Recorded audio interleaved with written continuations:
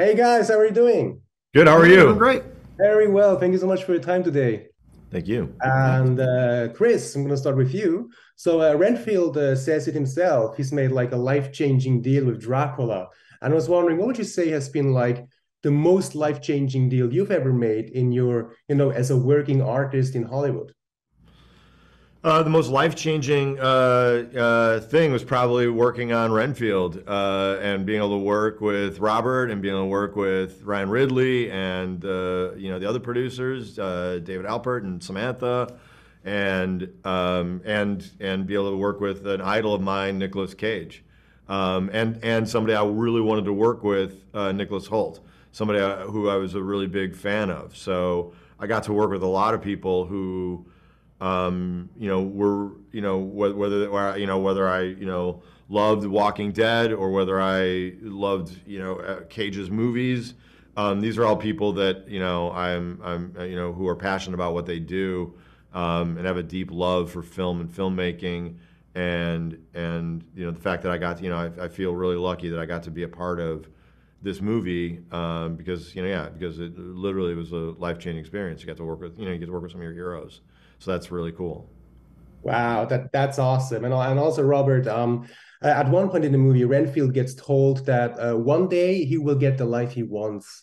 And I was wondering if you do remember, like, when that moment was for you. If you remember the moment you realized that you can get the life you want as the artist that you are today.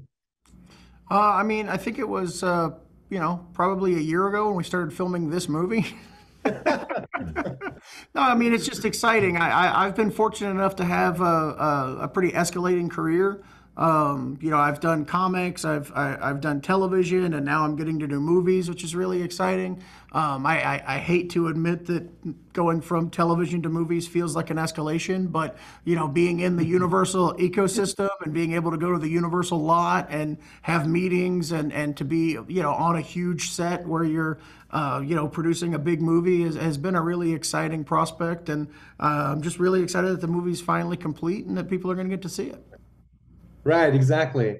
And also, Chris, obviously, Renfield is very impressed by Rebecca because she's actually able to stand up to people, which is something that Renfield struggles with. And she Mm. even tells him sometimes you have to risk it all. And I was wondering if you ever had to tell yourself as a filmmaker, if I want to get there or if I want to do this, I will have to risk it all.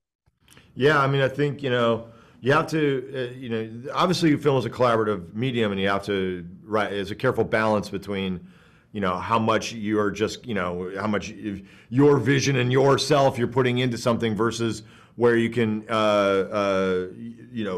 draft off of the smart people that are around you.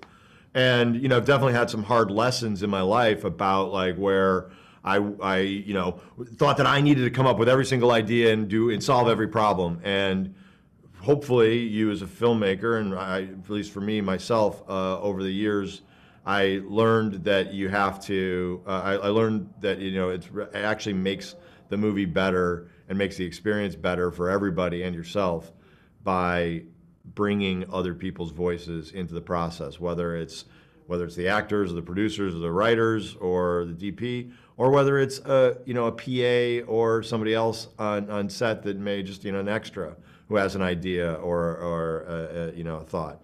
So that's probably the opposite of you having everything you want in life. But I honestly think that by learning to collaborate with people, it actually makes your life better, and it makes the experience better, and it makes the film better. That's amazing. Seriously, Chris, Robert, thank you so much for your time today, for sharing your stories, and obviously all the best with Renfield. Yeah. Oh, thank you so much. Thank you.